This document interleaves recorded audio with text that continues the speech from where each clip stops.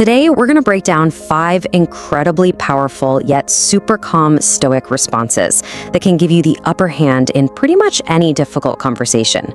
You're going to want to stick around for this. You know the feeling, right? We've all been there.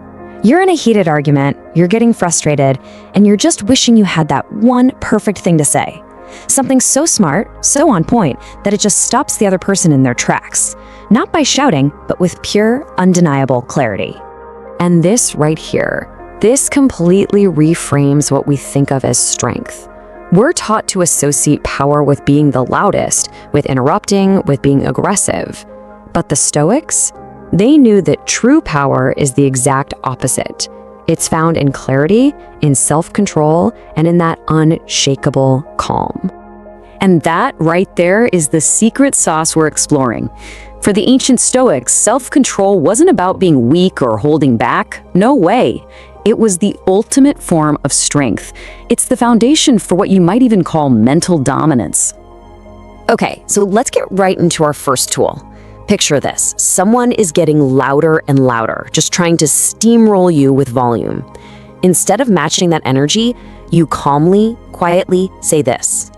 It is such an elegant way to just step out of the chaos and completely flip the dynamic. What this does is something we can call the field shift. You're essentially telling them, I'm not playing that game. By refusing to engage on their level, you literally move the battle from their home turf of raw emotion onto your turf, logic. And in that moment, you're not just arguing anymore, you're leading. You're forcing them to adjust to you. And you know, this isn't some new idea. The Stoic philosopher Epictetus absolutely nailed it centuries ago. When you refuse to shout, you prove that you are the master of your emotions, not the other way around. Your calm composure just radiates real power. All right, tool number 2 in our toolkit. This one is an absolute masterclass for handling personal attacks.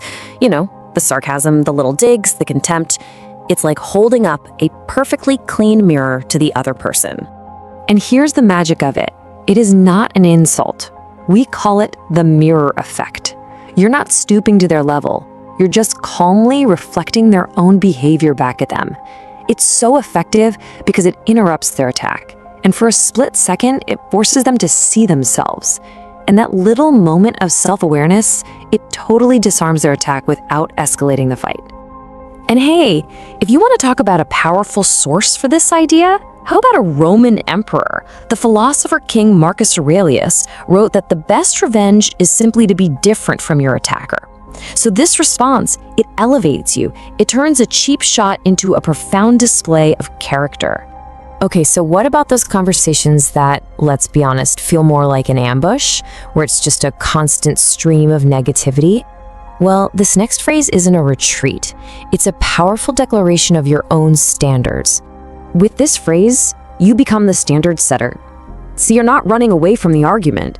You're actually raising the standard for the argument. The focus suddenly shifts from whatever you were talking about to the basic conditions of respect that are required for you to even participate. It's a game changer. And this all circles back to a core Stoic belief about self-mastery. As Epictetus said, you can't control how other people act, but you 100% control what you are willing to put up with. This phrase draws that line in the sand, clear as day. Okay, but that raises a totally fair question, right? What happens when the other person just won't be respectful? What do you do when the conversation is just a toxic, pointless waste of your energy? For those exact moments, you need an ultimate shield. This statement is so simple, so clear, and so powerful. It doesn't ask for permission. It doesn't offer an excuse. It just ends it. Think of this as the door lock. You're not just closing the door on the conversation, you are locking it. You are cutting that toxic dynamic off at the source. It's a decisive move that gives you back full control of your energy and, most importantly, your peace of mind.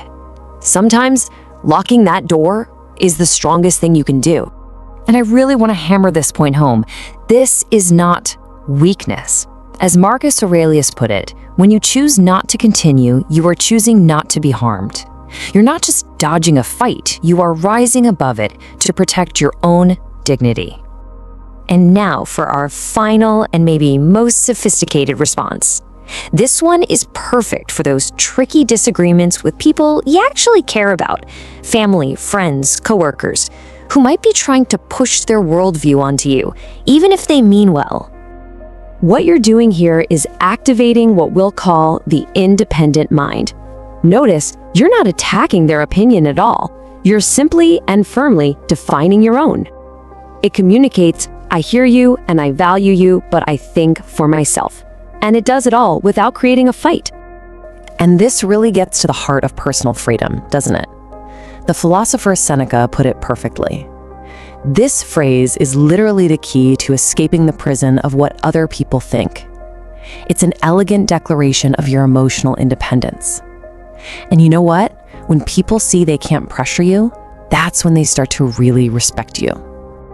So there you have it, your complete Stoic toolkit.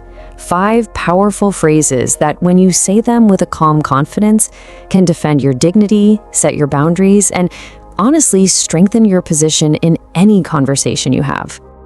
Because at the end of the day, it all boils down to this.